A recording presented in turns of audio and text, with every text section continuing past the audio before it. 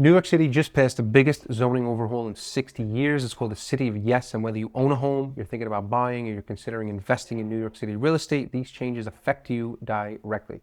We're talking about new rules that let homeowners build rental apartments on their property, new construction rules near transit stations, eliminated parking requirements, and new housing allowed on commercial corridors across the city. This isn't a minor tweak, it's a fundamental reshaping of what can be built and where. Let me break down exactly what changed and what it means for your property. I'm Joseph Ranola with the Bridge and Boro Team at Real Broker. I specialize in Staten Island and Brooklyn, and I've been following City of Yes since it was first proposed. I've done a ton of videos.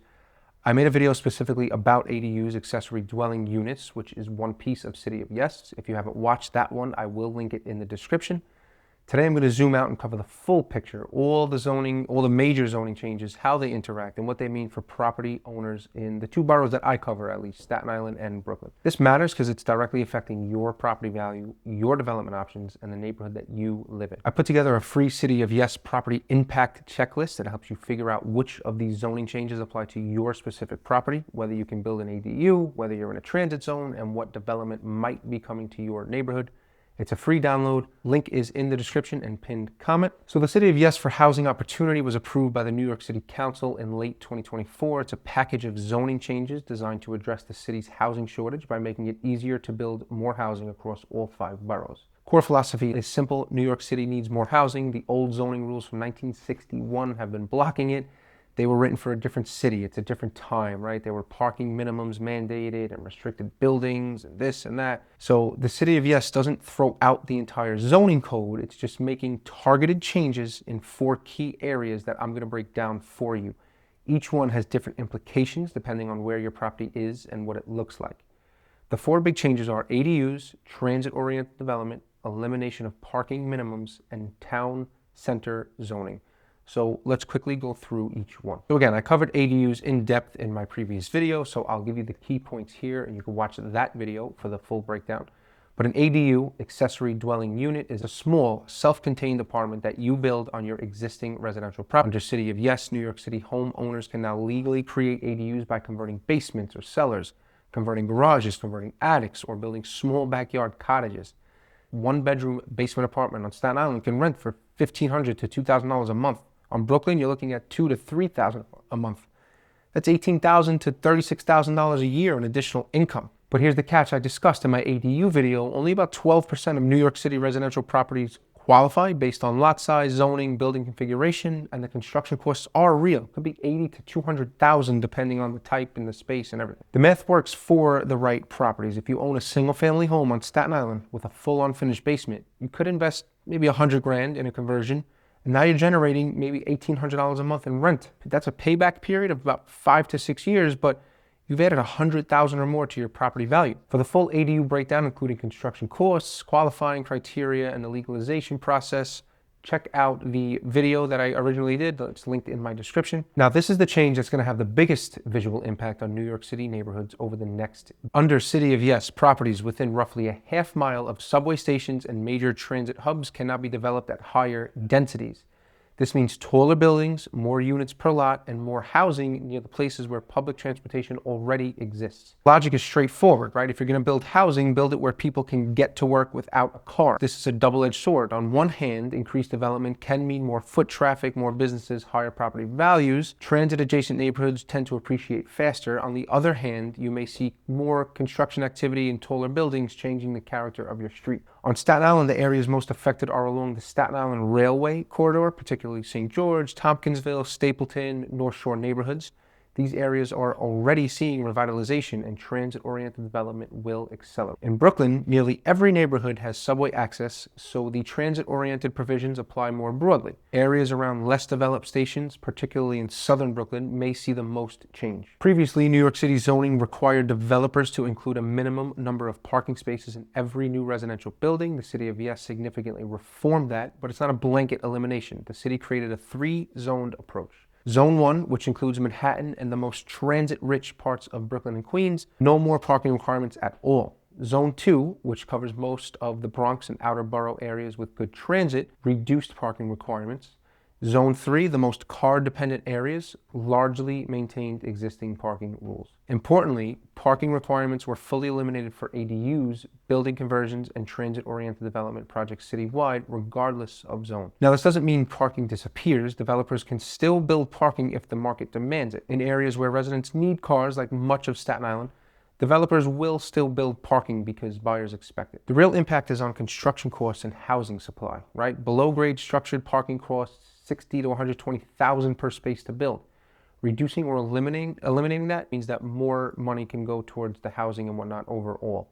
For existing homeowners, especially Staten Island, where street parking could be tight in some neighborhoods, there's a secondary effect. If new buildings are built with less parking, street parking competition could increase.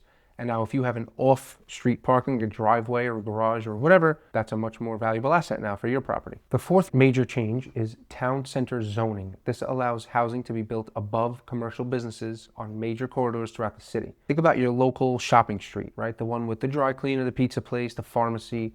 Under the old rules, many of these commercial corridors couldn't have residential housing above the ground floor. City of Yes changes that. So this means 3 to 5 story mixed use buildings, retail on the ground floor, apartments above, can now be built along commercial streets across all 5 boroughs. It's a model that works well in neighborhoods that already have a walkable commercial core.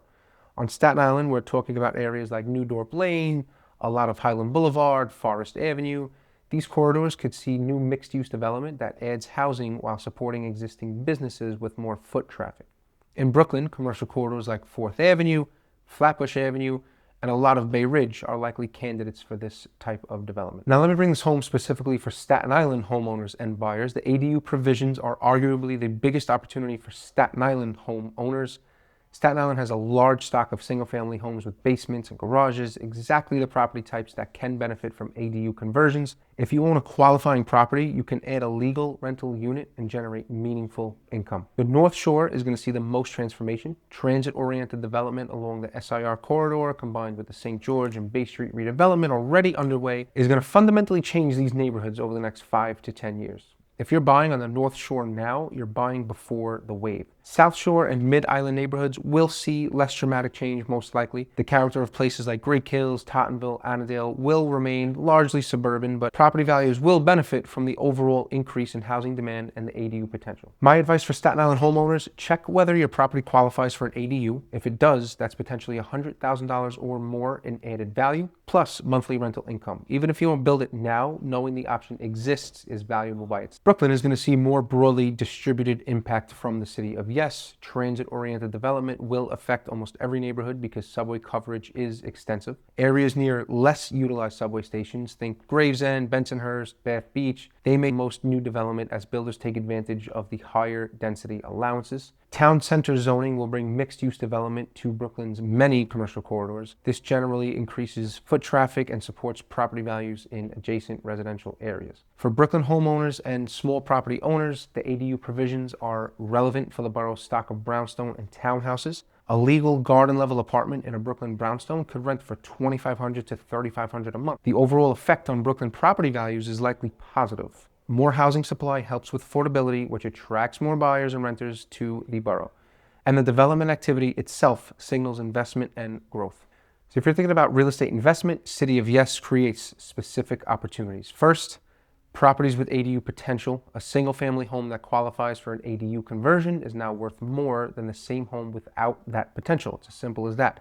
Smart investors are looking at this right now. They've been looking at it. Second, North Shore Staten Island properties. The combination of transit-oriented development, the St. George revitalization, and the overall trajectory of the North Shore makes this area compelling for both residential and small-scale investment. Third, properties near transit stations in South Brooklyn. These areas have been historically less expensive, and the new density allowances could spark development that lifts property values. The key with all of these is timing. The zoning changes are already in effect, but construction and development take years to materialize. If you buy strategically now, you're positioned to benefit as these changes take physical shape. So the City of Yes has a lot to take in, but the core message is simple. New York City's zoning rules just got updated to allow more housing in more places, and that creates opportunities for homeowners, buyers, and investors.